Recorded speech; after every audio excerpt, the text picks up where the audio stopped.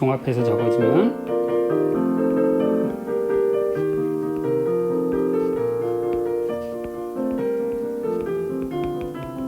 프리에너지 덴서티 FM이라고 하는 것은 에너지가 아까 이제 마이너스 2분의 ZJ, 그 다음에 여기 뭐였냐면 M제곱 마이너스 BM이고요. 그 다음에 빼기 온도 곱하기 엔트로피 덴서티인데, 아까 엔트로피 덴서티 계산했었죠? KBT 2분의 1 더하기 M 로그 2분의 1 더하기 M 마이너스 1 빼기 M 2분의 1 빼기 M. 자, 이게 민필드 이론에서의 프리에너지 덴서티예요. 프리에너지 덴서티는 이제 입자 하나당 프리에너지. 자, 이걸 계산했으면 이제 그 다음에 뭘 하냐? 자, 원래는 전체 파티션 펑션을 계산해야 되는데, 그 파티션 펑션을 마그네티제이션으로 쪼개서 계산했죠. 그러면 실제 시스템이 어떤 m 값을 갖느냐? 어떤 m 값을 갖느냐면 이퀄리브리엄 평형 상태라고 하는 것은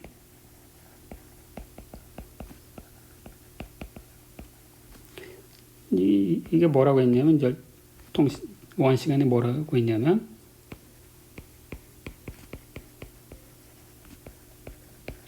most probable state라는 거고, most probable은 마이크로 캐논 입장에서 엔트로피가 제일 큰 거고, 캐논 강성불에서는 얘는 뭐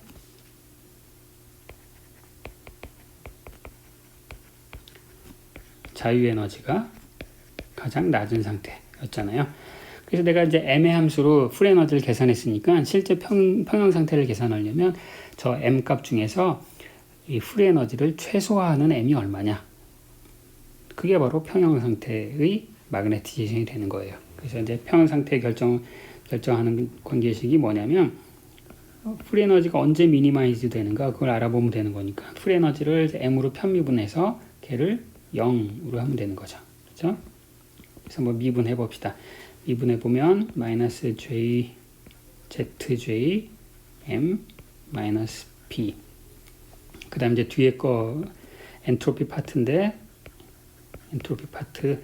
자, 이것도 이제 아까 제가 이제 저 엔트로피는 기억을 해 두시는 게 좋다라고 말씀드렸는데 지금 이제 하는 계산도 그 결과를 기억을 하시는 게 좋아요. 일단 앞에 거 미분해 봅시다. 그럼 2분의 로그. 자, 뒤에 있는 거를 요거 미분해 보면 그럼 얘는 마이너스, 아이고 죄송합니다. 여기가 플러스였죠. 그 다음에 이제 요 로그 속을 한번 미분해야 되는데, 여러분 이제 확인해 보시면 로그 속 미분한 거는 서로 캔슬 되는 것을 하실 수 있어요. 그래서 이렇게 되고, 는 마이너스 ZJ M 더하기 B, 그 다음에 KBT 2분의 1 로그 1 빼기 M 1 더하기 M. 자, 이렇게 돼요. 자, 저거는 0이다 해서 그 M을 구하면 되는 거예요. 그게 바로 그 주어진 온도에서 그리고 그 주어진 마그네틱 필드에서의 평경 상태에서의 마그네티제이션이 이제 되는 거예요. 그런데 이제 제가 이제 지금 하는 계산을 기억을 해 두시는 게 좋다라고 말씀드렸는데, 그 뭘 기억을 하느냐 하면 이제 요 함수가 있는데, 자, 이 함수는 얘는 다름 아닌 탄젠트 하이퍼볼릭 함수의 역함수예요. 탄젠트 하이퍼볼릭의 역함수. 자, 여기다 한번 쓸까요? 역함수라는 얘기 뭐냐면 이제 y는 탄젠트 하이퍼볼릭 x. 그럼 이제 이런 관계를 만족할 때 x는 탄젠트 하이퍼볼릭 이제 이렇게 쓸 수 있는 거잖아요. 그 역함수의 뜻이죠. 근데 실제로 이제 여러분 탄젠트 하이퍼볼릭을 지수함수를 가지고 열심히 잘 이제 정리를 해보면 이게 다름 아닌 2분의 1 로그 1 빼기 y 1 더하기 y라는 것을 여러분들이 보일 수가 있어요. 제가 여기서 수업 시간에는 하진 않겠어요. 금방 이제 여러분들이 한번 이걸 유도를 해보세요. 자, 그러면 자, 유도했다고 칠게요. 여러분들이 유도를 했어요. 그러면은 자, 이제 이 식을 변형을 하면 탄젠트 하이퍼볼릭 역함수 m은 뭐가 되냐면 kbt분의 zj m 더하기 b가 되고, 그럼 이제 내가 m을 구할 수 있는 거죠. m은 탄젠트 하이퍼볼릭 kbt분의 이런 결과를 얻어요. 자, 이것이 민필드, 가장 간단한 버전의 민필드 이론이 예측해주는 마그네티제이션이에요. 온도와 마그네틱 필드의 함수. 그럼 이제 다 풀었나 싶은데 이제 잘 보시면 그렇지가 않아요. 여기 보면 내가 m은 어쩌고 해서 m을 구했네 라고 생각할 수 있지만 그게 아니지. 여기에도 m이 들어가고 여기에도 m이 들어가잖아요. 그렇죠. 따라서 이제 우리가 이 방정식을 한 번 더 풀어야 돼요. 한 번 더 풀어야 되고, 그래서 이제 이러한 종류의 방정식을 우리가 뭐라고 부르냐면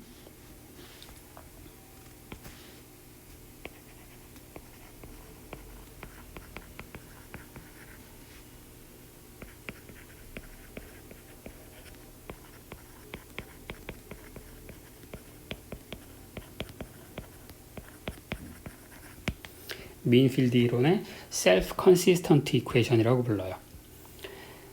자, 민필드 이론은 항상 이래요. 민필드 이론은 나한테 그냥 답을 딱 가르쳐 주는 것이 아니라 그 답이 민필드 이론 하에서는 이러이러한 조건을 만족해야 돼. 그걸 우리가 self consistent equation이라고 불러요. m이 얼마다 가르쳐 주는 것이 아니라 민필드 이론이 예측하는 m은 이런 방정식을 만족해야만 해. 그렇죠? 그래서 이제 그런 걸 self consistent equation이라고 부르고, 이 self consistent equation 이제 풀어야지 진짜 답이 나오는 거예요. 그렇죠? 그래서 이제 한번 풀어봅시다.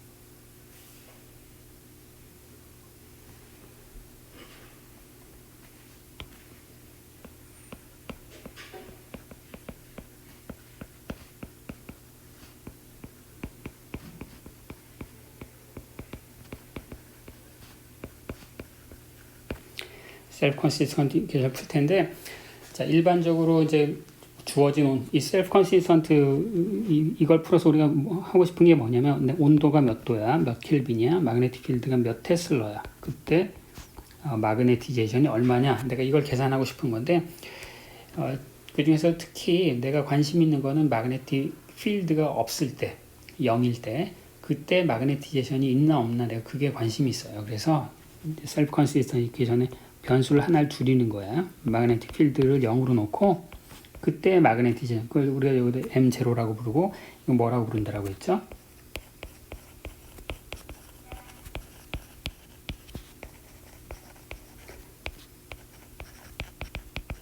스폰테이너스 마그네티제이션이라고 부르는, 그러니까 자발적으로 얼마만큼 자석이 되었는가, 이제 그걸 나타내는 그 파라미터라고 했죠.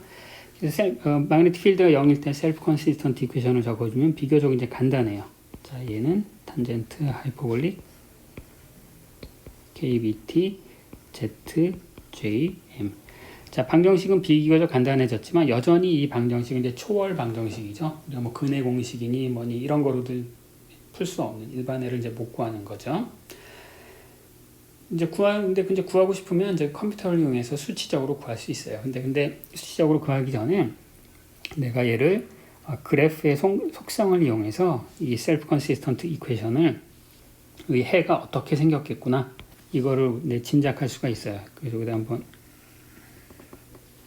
2차원 축을 한번 그려보고요. 여기를 내가 M이라고 부를게요.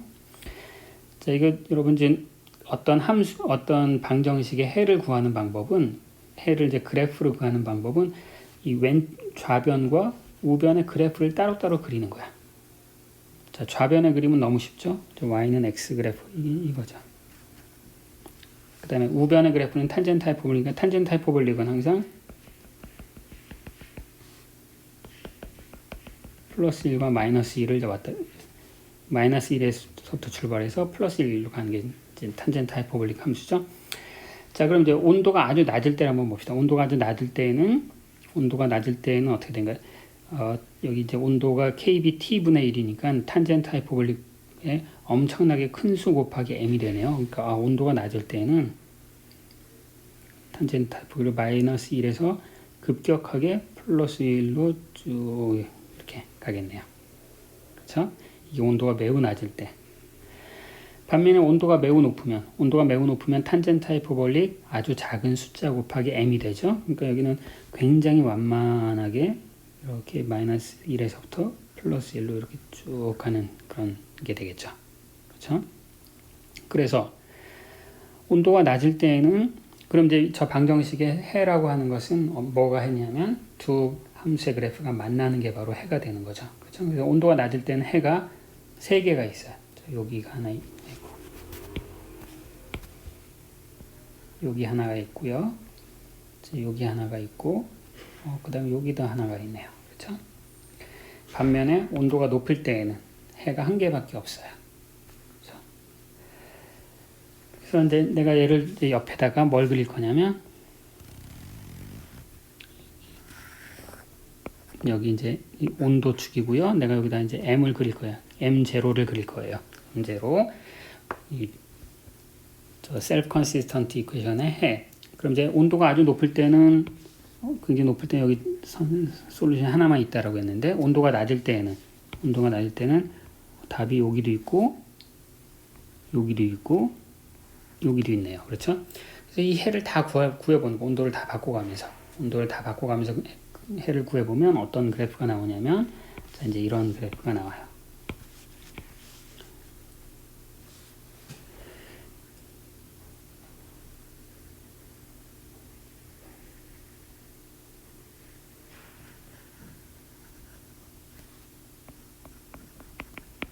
온도가 어떤 특정한 온도가 보다 아래에 있으면 답이 3개가 있기 때문에 이제 양수, 음수, 그 다음에 이제 0인 솔루션이 있고, 온도가 높을 때에는 이제 0인 솔루션밖에 없어요. 0인 솔루션밖에 없고, 그럼 그 경계가 되는 온도가 있겠죠. 경계가 되는 온도를 색깔을 초록색으로 표시해볼까요? 이제 이 경계가 되는 온도가 있어. 이 경계가 되는 온도를 내가 이제 TC라고 할게요. 그럼 일단 저 TC의 의미는 아주 자명하네요. 온도가 TC보다 높으면 얘는 자석이 안 되는 거네. 그렇죠? 외부 자기장이 0일 때 이 자기 자신의 마그네티제이션도 0이잖아요. 반면에 온도가 그 TC보다 낮을 때에는 그럼 뭔가 자석이 될 가능성이 있는 거죠. 솔루션이 3개가 있으니까. 그 3개 솔루션 중에 진짜 누가 솔루션인지 알고 싶으면 누가 프리에너지의 미니멈인가. 아까는 이제 프리에너지의 미분이 0을 구한 거니까 그게 미니멈일 수도 있고 맥시멈일 수도 있는 거죠. 그렇죠? 그래서 실제 프리에너지 그림을 그려놓고 미니멈인지 맥시멈인지 이걸 따져봐야 돼. 근데 이제 따져보면 자 이제 이 솔루션은 이제 언스테이블이에요. 그래서 실제 온도가 TC보다 낮으면 마그네티제이션이 존재하는 거예요. 그럼 여러분 그 TC, 그럼 솔루션이 존재했다가 솔루션이 존재하지 않게 되는 그 경계가 되는 게 어떻게 될까요? 자, 그 경계가 되는 걸 찾아보려면 결국 누가 결정하는 거냐면 저기 탄젠트 하이퍼볼릭 함수의 수학적인 성질이 결정을 하는 거죠. 자, 여러분 이제 탄젠트 하이퍼볼릭 함수는 x가 작을 때 얘는 이제 x의 비례예요. 기울기가 1인 거예요. 근데 이 앞에 요게 곱해져 있잖아요. 요게 곱해져 있어서 저 숫자가 1보다 크면 기울기가 1보다 큰 거죠. 파란 그래프처럼. 그러니까 기울기가 1보다 급격하게 갔으면 언젠가는 꺾여야 되고, 그래서 이제 여기 솔루션을 만나는 거죠. 반면에 온도가 너무 커서 요 기울기가 1보다 작으면 그러면 만날 수 있는 데가 여기밖에 없는 거죠. 여기밖에. 그렇죠? 따라서 그 TC가 언제가 되는지는 어떻게 알겠어요? TC가 되는 것은 바로 기울기가 정확하게 여기서 변곡점이 될 때, 기울기가 정확히 1이 되면서 변곡점이 되는 그 순간이 바로 TC가 되겠죠. 즉 TC는 언제나 ZJ 나누기 KBTC가 1이 되는, 그게 바로 TC가 되는 거예요. 경계. 즉 다시 써볼까요? 그럼 TC는 얼마가 된다? KB분의 ZJ. 그래서 얘는 이제 이 TC가 내가 자석이 되는 걸 원해요. 그러면 TC가 높은 게 유리해? TC가 낮은 게 유리해? TC가 높은 게 유리한 거죠. TC보다 낮은 곳이 자석이 되는 거니까 TC가 크면 아주 넓은 영역에서 자석이 되는 거잖아요. 그렇죠? 그럼 이제 자성이 더 좋아지려면 어떤 게 되는 거냐면 상호작용의 세기가 커지거나 J가 커지거나 아니면 Z가 뭐라고 했죠? 내가 상호작용하는 짝의 개수, 그게 커지거나, 그러니까 차원이 높을수록 더 좋은 거겠네요. 그렇죠? 그래서 이제 이 민필드 이론이 1차원과는 달리 이 페로마그네티즘이 이제 존재한다는 것을 보여주고 있고, 근데 여러분 이제 이 민필드 이론은 뭐 차원이 몇 차원이니 그게 전혀 상관없고, 단지 이제 상호작용하는 내 짝의 개수가 몇 개냐만 중요한데, 1차원의 경우를 한번 대입해봅시다. 1차원은 내가 상호작용하는 짝의 개수가 2개죠. 왼쪽에 한 개, 오른쪽에 한 개. 그럼 여기다 대입하면 TC가 0이 아닌데? 그런데 우리가 지난 시간에 계산할 때 1차원에서는 마그네틱 오더링이 생길 수 없다라고 했잖아요. 그렇죠? 근데 왜 여기서는 온도가 0도가 왜 아니죠? 왜 아니냐 하면 민필드 이론은 틀린 이론이기 때문에. 특히 민필드 전에 이제 반데어바스 이론에서도 한번 말씀드렸지만 차원이 높을수록 정확해지는데 1차원은 가장 낮은 차원이니까 민필드 이론이 가장 부정확해지는 경우예요. 그래서 심지어 이제 진짜는 상호작용이 없는데 상호작용이 있는 것처럼 보이잖아요. 근데 실제로는 그렇지 않고. 근데 2차원, 그럼 내가 이걸 어떻게 믿느냐? 근데 2차원에서는 다행히 이제 상호작용에 의해서 마그네티즘이 생겨요. 그래서 이제 근사적인 이론으로서 이 작용을 하고, 또 이 페로마그네티즘이 이제 생겨나는 그런 어떤 미케니즘을 우리가 쉽게 이제 이해할 수가 있는 거죠. 이 민필드 이론을 통해서. 자, 그래서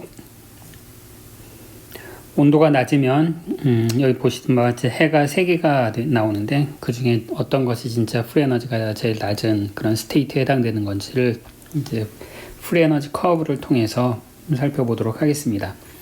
자, 여기다 다시 이제 프리에너지 커브를 함수를 이제 적으면 민필드 프리에너지의 함수는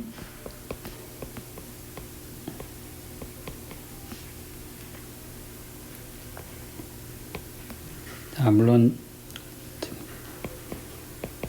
적부 B가 0일 때 지금 따지고 있는 거예요. 그럼 이제 여기에 뭐가 있냐면 여기 더하기 KBT에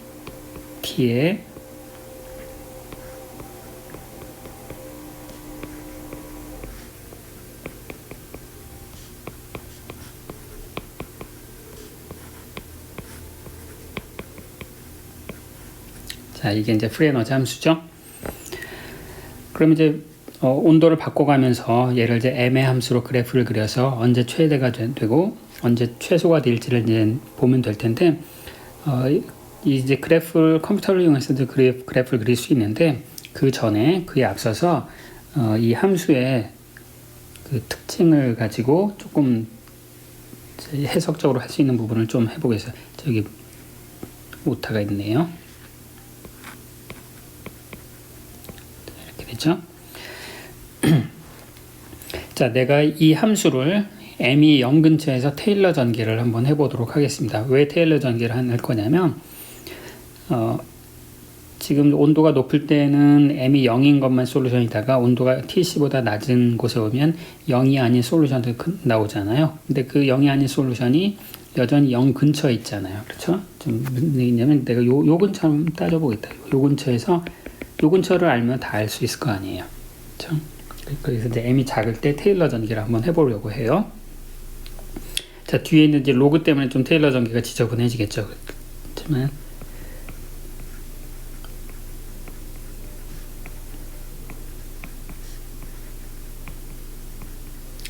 이렇게 있고요. 자, 이제 테일러 전개를 할 때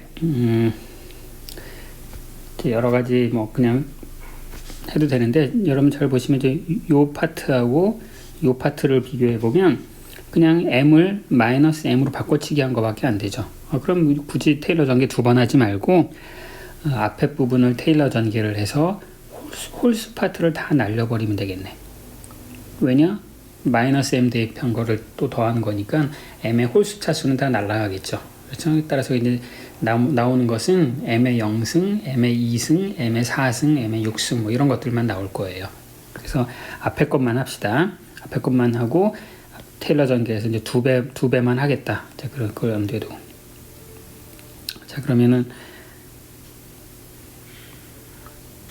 자, 앞에 거 테일러 전개를 해봅시다. 자, 2분의 요거는 그냥 뭐 나오는 거고요. 그 다음에 이제 우리가 전개를 해야 될 게 2분의 1 더하기 m에다가 얘를 전개를 해야 되는 거죠. 그 다음에 여기 이제 m은 -m 넘어가면 되는 거고.